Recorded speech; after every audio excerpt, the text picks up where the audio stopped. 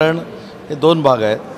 परंतु आपल्याला आठवत असेल की माननीय एकनाथ शिंदे साहेबांनी उठाव केल्यानंतर अनेक वेळा राजन साळवी साहेबांची माझी चर्चा झाली पक्षामध्ये येण्याच्या संदर्भामध्ये, परंतु काही अडचणीमुळे कदाचित ते येऊ शकले नाही. परंतु त्या मतदारसंघामध्ये शिवसेना विरुद्ध UBTची लढत झाली.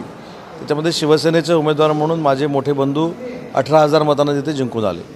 आणि त्याच्यानंतर एक 2-4 दिवसापूर्वी माझी आणि शिंदे साहेबांची देखील चर्चा झाली. शिंदे साहेबांची आणि आमचे मोठे बंधू किरणमय यांची देखील चर्चा झाली. आणि आज त्यांनी राजीनामा दिलेला आहे. आणि आजच रात्री मी इथून मुंबईला गेल्यानंतर शिंदे साहेबांकडे एक बैठक आहे. त्याच्यामध्ये मी देखील असणार आहे, राजन साळवी देखील असणार आहेत आणि किरण सामंत देखील असणार आहे. आणि मला असं वाटतं की जो काही निर्णय करायचा आहे तो एकत्र बैठकीमध्ये निश्चित होईल. आणि सगळ्यात महत्त्वाची बाब आहे म्हणजे राजन साळवींनी पक्षात येऊ नये म्हणून सामंतांनी खोडा घातला, ह्या ज्या काही बातम्या येत होत्या ह्या अतिशय चुकीच्या होत्या. मी तुम्हाला गेले 10 दिवस सांगतो आहे की या महाराष्ट्रातले 8 ते 10 माजी आमदार आणि शिवसेनेचे उमेदवार हे एकनाथ शिंदे साहेबांचं नेतृत्व स्वीकारणार आहेत. त्याच्यातलाच हा भाग आहे. आणि म्हणून मला असं वाटतं की आज रात्री ही बैठक होणार आहे शिंदे साहेबांच्या समवेत. आणि शिंदे साहेबांच्या समवेत बैठक झाल्यानंतर राजन साळवींची पुढची भूमिका काय राहणार आहे, कशा पद्धतीनं त्यांना सामावून घ्यायला पाहिजे, काय करायला पाहिजे या संदर्भात आम्ही सगळी चर्चा करू. आणि त्याच्यानंतर राजन साळवी जर पक्षामध्ये आले तर त्याच्यामध्ये कोणाचंही दुमत असण्याचं काही कारण नाही.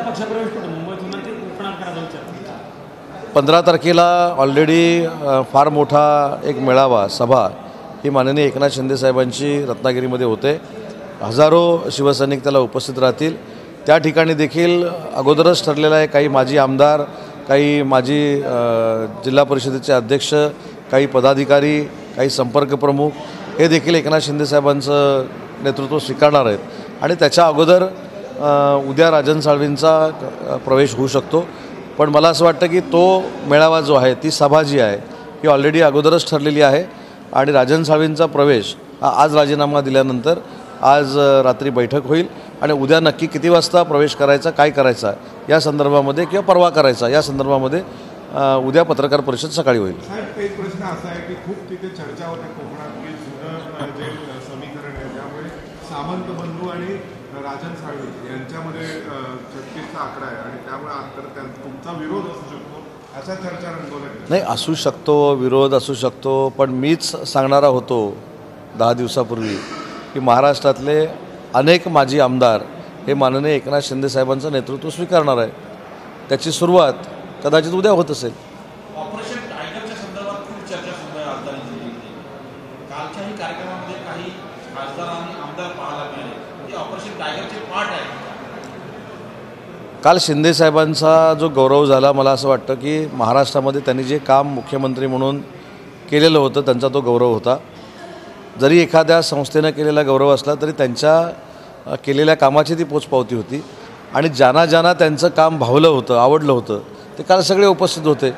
त्याच्यामध्ये कोण होते, काय होते हे तुम्हाला देखील माहिती आहेत, मला देखील माहिती आहेत. आता कदाचित उद्या सकाळी असं होऊ शकतं की ते महाविकास आघाडीचे नेते शरद पवार साहेब उपस्थित आहेत म्हणून तिथे उपस्थित होते असं देखील कोण सांगू शकतात. पण ज्यांना एकनाथ शिंदे साहेब आवडतात, ज्यांनी एकनाथ शिंदे साहेबांचं काम बघितलेलं आहे, भविष्यामध्ये ज्यांना एकनाथ शिंदे साहेबांच्या नेतृत्वावर विश्वास ठेवायचा आहे, कदाचित ते सगळे उपस्थित होते असतील. लाडली बहीणच्या मुद्द्यावर पण सर तुम्ही म्हणताय की किरण सामंतांच्या विरोधात राजन साळवी निवडणूक लढले होते, तर मग हा विरोध मावळला कसा? म्हणजे त्याचं थोडी शेवटी मला असं वाटतं की पक्षाचे जे प्रमुख असतात त्यांनी एखादा जर निर्णय घेत असतील आणि आमच्या सगळ्यांच्या संगनमतानं घेत असतील, सगळ्यांना विश्वासात घेऊन घेत असतील आणि पक्षाची जर वाढ होत असेल तर आम्ही तो मानला पाहिजे हे समजणारे मी आणि माझे मोठे बंधू आहेत. त्याच्यामुळं आपल्या नेतृत्वाला कुठलाही त्रास होऊ नये, आपल्या नेतृत्वाचं जो आवाका आहे तो अजून पसरावा, वाढावा हीच आमच्या दोघांची भूमिका आहे. आणि आम्ही शिवसेना म्हणून काम करतो, शिवसेनेच्या धनुष्यबाणावर निवडून आलेलो आहे. मला असं वाटतं की या सगळ्या प्रवेशांनी म्हणजे 15 तारखेला विशेषतः होणारे जे प्रवेश आहेत आणि राजन साळवींचा विषय असेल याच्यामध्ये सगळ्यांनी आम्ही जर एक दिलानं काम केलं तर रत्नागिरीची जिल्हा परिषद ही 100% त्याच्यावर भगवा फडकेल आणि महायुतीचा भगवा फडकेल. ज्या पद्धतीनं घडामोडी सुरू झाल्या काय वाटतं, पवार विरुद्ध ठाकरे असा वाद पाहायला मिळतो, यावरून महाविकास आघाडीमध्ये काही दुसरं आहे त्याच्यामध्ये पक्षामध्ये चिंगी पडलेली आहे, त्यांची विभागणी होणार अशी परिस्थिती आहे आणि वाटते. तुम्ही आज पवारांची भेट घेणार या पार्श्वभूमीवर काल हा मी आणि माझे सहकारी खासदार नरेश म्हस्के साहेब 5:45 वाजता शरद पवार साहेबांची भेट घेणार आहोत नक्की आहेत. आणि ते लपून कशाला ठेवायला पाहिजे. साहेबांना भेटणं, साहेबांची राजकीय कारकीर्द ही 56 वर्षाची आहे. 4 वेळा ते मुख्यमंत्री राहिलेले आहेत. आणि काल आमच्या नेत्याचा, ज्या नेत्याला आम्ही मानतो, ज्या नेत्याच्या नेतृत्वाखाली आम्ही काम करतो, त्यांचा त्यांनी सत्कार केलेला आहे. मग अशा व्यक्तीला मी आणि नरेश म्हस्के साहेब भेटणार आहोत, त्याच्यामध्ये नवीन काय. आणि आम्ही तुमच्या समोर सांगून भेटणार आहोत. पण याचा परिणाम म्हणून कुठेतरी आदित्य ठाकरेंचा पण दिल्ली दौरा ठरला असं बघायचं. नाही, मला माहीत नाही त्यांचा दौरा ठरला की नाही.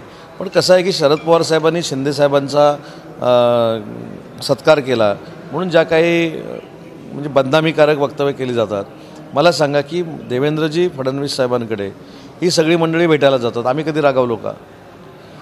देवेंद्रजी फडणवीस साहेबांना एकतर तुम्ही राहाल नाही तर मी राहीन अशी भाषा वापरणारे देवेंद्रजींनाच भेटायला जातात.